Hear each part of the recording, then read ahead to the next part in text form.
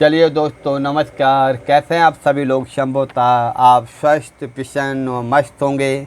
चलिए देखते हैं एमसीक्यू श्रृंखला में सोशोलॉजी की। आज हम आप लोगों के सामने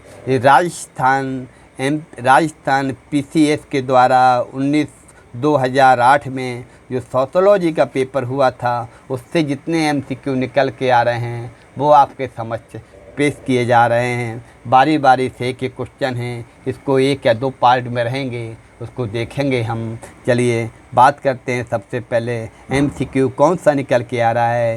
प्लीज़ चैनल को लाइक करें, सब्सक्राइब करें और अपने कमेंट करें। चलिए आगे बढ़ते हैं। पहला क्वेश्चन क्या निकल के आ रहा है? वह महाद्वीप जहाँ समाजशास्त्र का विकास सबसे पहले हुआ था। ऐसा कौन सा महाद्वीप है वर्ल्ड में जहाँ पर समाजशास्त्र का सबसे पहले विकास हुआ था? वो यूरोप महाद्वीप है। समाजशास्त्र के आविर्भाव के मूल में 18वीं सदी के में यूरोप की सामाजिक, आर्थिक, राजनीतिक, बौद्धिक पृष्ठभूमि महत्वपूर्ण हाथ है। यूरोप ही समाजशास्त्र की उद्भव स्थली है। तो कौन सा आएगा महाद्वीप? यूरोप महाद्वीप। इसके बाद कौन सा क्वेश्चन है? कौन सा कारक समाजशास्त्र के उद्भव में प्रमुख रूप से कारक नहीं है? भूमंडलीकरण नहीं है समाजशास्त्र के उद्भव के लिए। समाजशास्त्र के उद्भव के लिए जो घटनाएं हैं, प्रबोध काल, औद्योगिक क्रांति, राजनीतिक क्रांति। आगे हम देखते हैं कि समाजशास्त्र की परिभाषा हेतु एलेक्स इंकल द्वारा विवेचित 3 पथों का प्रयोग किया गया है। इसमें एक नहीं है, बी नहीं है। कौन सा नहीं है? बी नहीं है। विश्लेषणात्मक पथ, आनुभाविक पथ, ऐतिहासिक पथ बताए हैं एलेक्स इंकल्स ने। आगे हम देखते हैं invitation to sociology a humanistic perspective किसकी है? पीटर बर्जर की है। पीटर बर्जर ने कौन सी दी है? Invitation to sociology.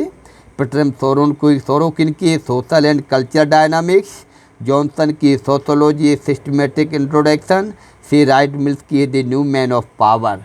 आगे हम देखते हैं अगले क्वेश्चन के रूप में। अगला क्वेश्चन निकल के आ रहा है, कौन सा एक समाजशास्त्री परिप्रेक्ष्य का लाभ नहीं है? बी। ठीक है। आगे है सोशोलॉजी ए मल्टीपल पैराडाइम साइंस। पुस्तक किसने लिखी है? जॉर्ज रडियर ने।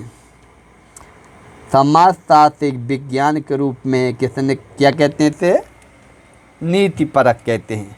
चलिए अगले क्वेश्चन के रूप में देखते हैं कौन सा क्वेश्चन निकल के आ रहा है आपका। विज्ञान पर आधारित बोध का तरीका कहलाता है प्रत्यक्षवाद। कौन सा समाजशास्त्री परिप्रेक्ष्य समाज को अन्योन्याश्रित तथा समृद्ध भागों के रूप में देखता है? संरचनात्मक प्रकार्यात्मक परिप्रेक्ष्य। आगे है विज्ञान का एक उद्देश्य यह पता लगाना होता है कि चर किस प्रकार से संबंधित है। निम्नलिखित में से कौन से 2 तरीके हैं जिनसे पता लगाया जा सकता है चर किस प्रकार संबंधित है? बी। कारण, परिणाम तथा सहसंबंध। वह विषय जो समाजों का समग्र रूप से अध्ययन अधिक रूप से करता है। ए। समाजशास्त्र। आगे हम देखते हैं कौन सा क्वेश्चन आ रहा है। कौन सी समाजशास्त्र की तुलना में मानवशास्त्र की विशेषता है? सहभागिक अवलोकन। समाजों को पवित्र समाज तथा लौकिक समाज का वर्गीकरण किसने किया है? हार्वर्ड बेकर ने। स्पेंसर ने बताया है औद्योगिक सैनिक समाज। दुर्खिम ने बताया है औद्योगिक यांत्रिक साबेवी समाज। फर्डिनेट टॉनीज ने बताया है जेमिन सेट जेसिल सेट। और आपका हार्वर्ड बेकर ने बताया है पवित्र तथा लौकिक। समुदाय सबसे छोटा प्रादेशिक समूह होता है जो सामाजिक जीवन के समस्त पहलुओं को छूता है। यह कथन किसका है? के डेविस का है। संपूर्ण संस्था की अवधारणा किसने दी है? गॉफमैन ने दी है। किसने दी है संपूर्ण संस्था की अवधारणा? गॉफमैन ने दी है। चलिए आगे देखते हैं। मेकाइवर तथा पेज द्वारा संस्थाओं के अध्ययन के बतलाए गए 3 तरीके हैं। कौन कौन? ऐतिहासिक, विश्लेषणात्मक, प्रकार्यात्मक, परस्पर संबंध विश्लेषणात्मक, कारण परिणाम विश्लेषण। संस्थाओं का परिवर्धमान संस्थाओं तथा अधिनियमित संस्थाओं में वर्गीकरण किया है विलियम ग्राहम समनन ने। जैसे जैसे समूह का आकार बढ़ता है संबंधों की संख्या बढ़ती है। जॉर्ज सीमेल के अनुसार सबसे कम स्थिर समूह है डी। बड़े समूह। कौन सा प्राथमिक समूहों का द्वितीयक समूह में अंतर है? डी। संबंधों की सजातीयता। आगे हम देखते हैं कि संदर्भ समूह क्या है। संदर्भ समूह की अवधारणा हर्बर्ट हाइमैन की है। संदर्भ समूह की अवधारणा, संदर्भ समूह हो सकते हैं प्राथमिक तथा द्वितीयक।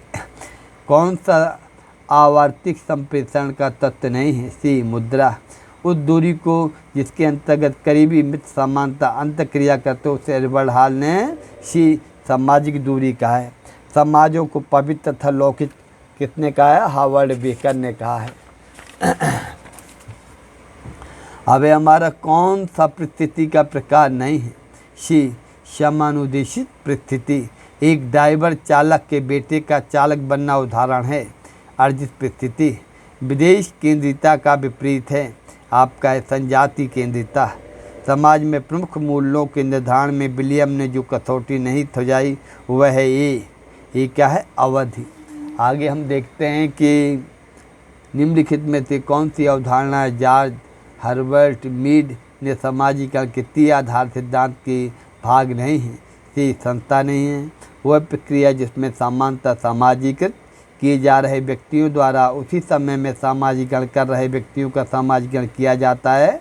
पुनः सामाजिकरण सिगमंड फ्राइड के अस्तित्व के सिद्धांत का वह कौन सा भाग जॉर्ज हर्बर्ट मीड की अवधारणा मैं के सबसे करीब है। ए क्या आएगा। ए आएगा। अगला है हमारा निम्नलिखित में से कौन सा संघर्ष का एकात्मक प्रभाव नहीं है। सी आएगा। रॉबर्ट मर्टन द्वारा चलाए गए मानक शून्यता संबंधी वैयक्तिक प्रत्युत्तरों की संख्या कितनी है। 5। आगे हम देखते हैं पाठशाला से अनुपस्थित रहना एक उदाहरण है। डी विचलन का। रॉबर्ट मर्टन का नाम जुड़ा है विषय के नियंत्रण सिद्धांत से। लघु परंपराएं क्या हैं। वे परंपराएं जो अलिखित तथा मौखिक रूप से हस्तांतरित होती हैं। कानूनी तार्किक सत्ता वाले व्यक्ति का सर्वोत्तम उदाहरण एक संसद सदस्य है।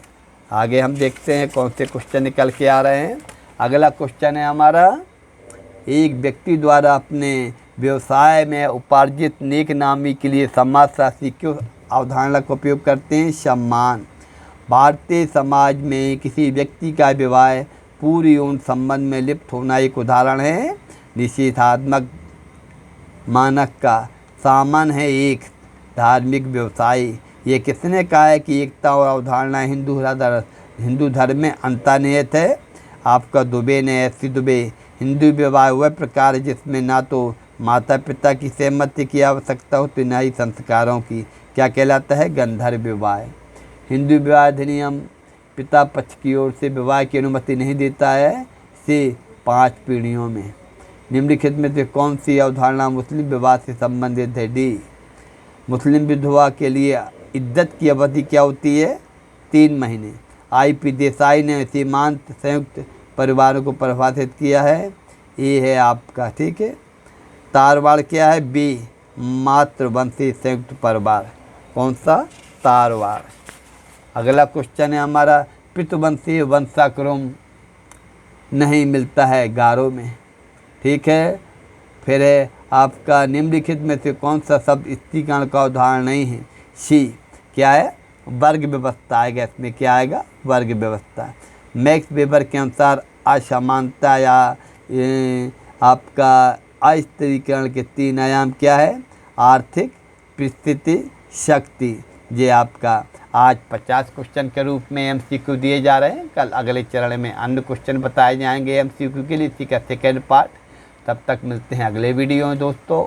नमस्कार, धन्यवाद।